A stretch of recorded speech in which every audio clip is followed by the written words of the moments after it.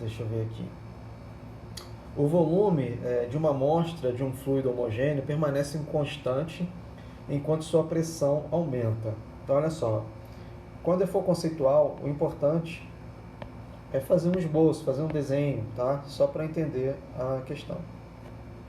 Então, aqui eu tenho um volume, permanece constante enquanto sua pressão aumenta. Então, sei lá, vou desenhar aqui um volume, tá?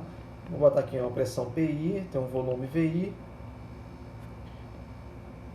e depois o volume permanece o mesmo, então VF, então VI é igual a VF, só que a pressão final aumentou.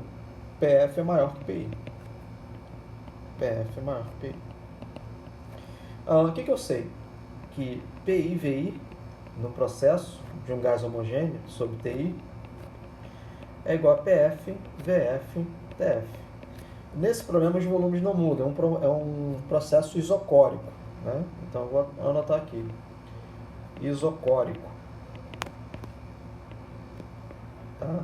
Se o processo é isocórico, eu posso botar aqui que a pressão final vai ser igual à pressão inicial, temperatura final sobre a temperatura inicial.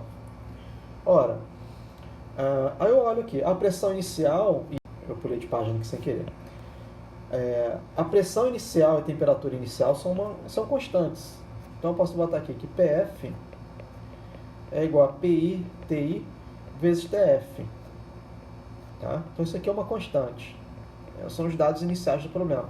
Então veja o seguinte, se a pressão está aumentando, a temperatura também aumenta. A temperatura está aumentando nesse processo, né?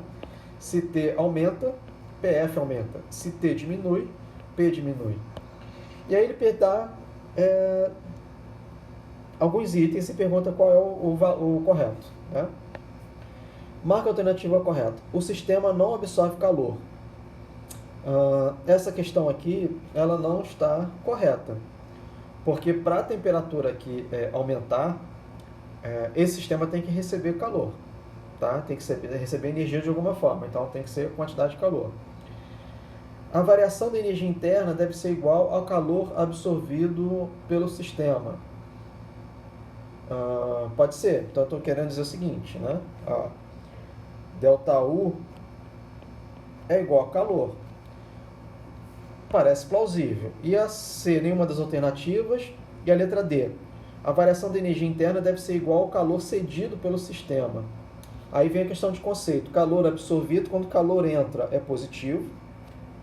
E quando o calor sai, ele é negativo. Então aqui vai ficar menos que. Então a resposta correta nesse item é esse aqui, ó. Tá? E este item aqui é incorreto. Então por que o delta U tem que ser mais que? Primeiro, porque eu estou dizendo que a pressão aumenta. Se a pressão aumenta, é porque a temperatura tem que aumentar. Tá? Então eu tenho que estar injetando calor no sistema. Quando eu injeto calor no sistema, a variação da energia interna tem que ser positiva. Porque eu sei que ΔU, né, é proporcional à temperatura. É a capacidade térmica vezes ΔT. Ou seja, se ΔT aumenta, ΔU tem que aumentar também proporcionalmente, tá? A menos de uma constante, que é a capacidade térmica. Tá? Então a resposta correta aqui, a variação da energia interna deve ser igual ao calor absorvido pelo sistema. Então aí é uma convenção. Calor entra, é positivo, que maior que zero. Tá? Aumenta a temperatura e aumenta a energia interna. Só um minutinho. Espera aqui.